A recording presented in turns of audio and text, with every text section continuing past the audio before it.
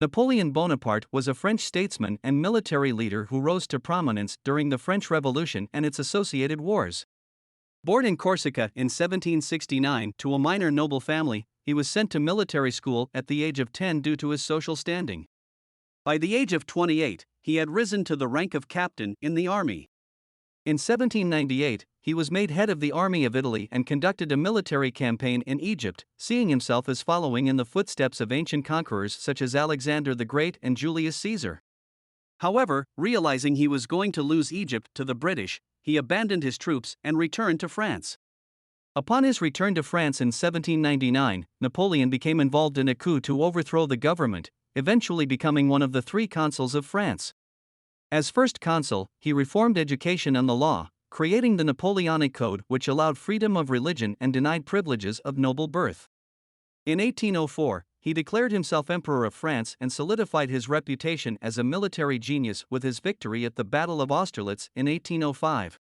However, in order to secure the Bonaparte dynasty, Napoleon needed an heir.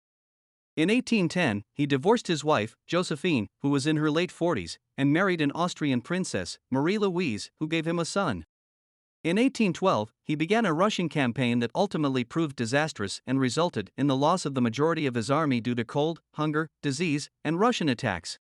He was forced to retreat and eventually surrendered on March 30, 1814, leading to his exile on the island of Elba.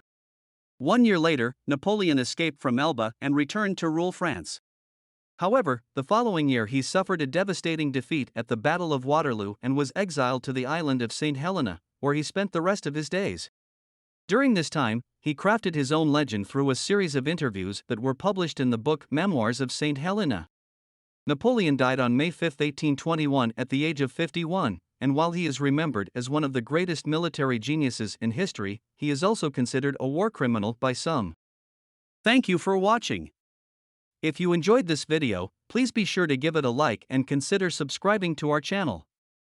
Your support helps us to continue creating content and we greatly appreciate it. Thanks for watching.